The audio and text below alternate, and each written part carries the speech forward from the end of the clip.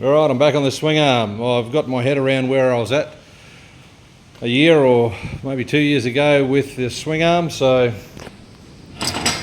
you'll forgive me. I don't have to put anything in the lathe, the machine, anything, as I thought I did.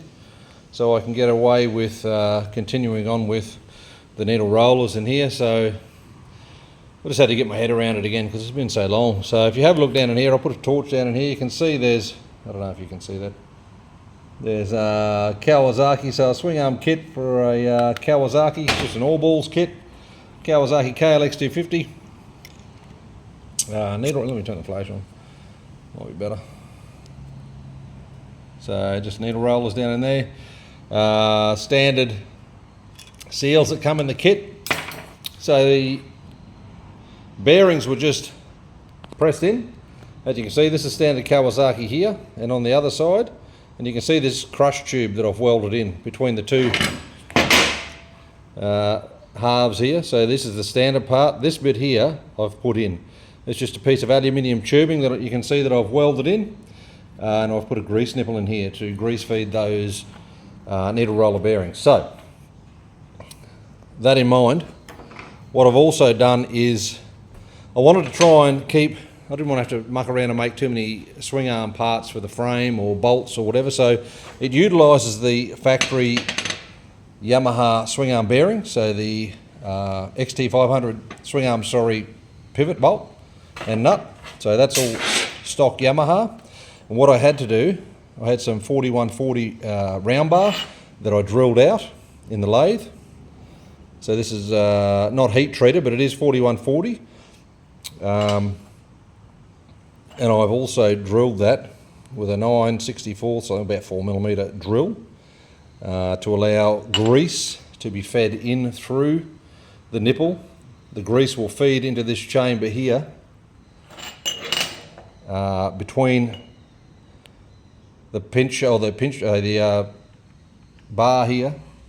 It'll feed out to the bearings. The grease will hit the seals, and then it'll be forced back in, down through this hole, into the void here on the standard Yamaha bearing, and hopefully that'll feed a bit of grease out through these parts here. So hopefully the grease will feed out nicely. As you can see, this goes in through the stock Kawasaki bearings, so that just goes in there. It is a firm fit, but it does work, and as a pinch,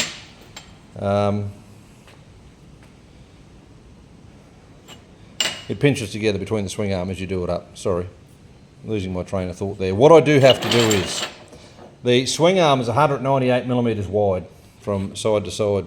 The frame is 200, so it's about a millimetre or a touch over. What I need to do is manufacture, and I'll do that on the lathe, is a spacer that goes in here like a washer. This has been made so it's just slightly wider than the swing arm here.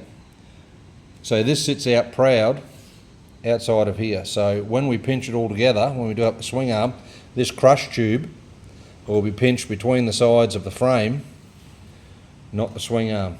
So the washers will press against the sides of the frame. As the swing arm bolt is tightened, the washers will come in and contact on this crush tube and hold the crush tube firmly, not allowing it to pivot.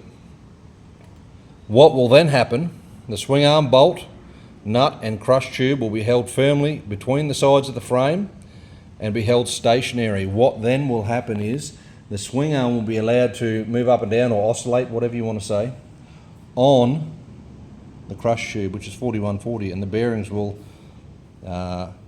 move in these areas here. Okay, so we'll give them a bit of a linish, make sure there's no marks on there, and it should all be good. So I'll manufacture up some washers, and I'll be back.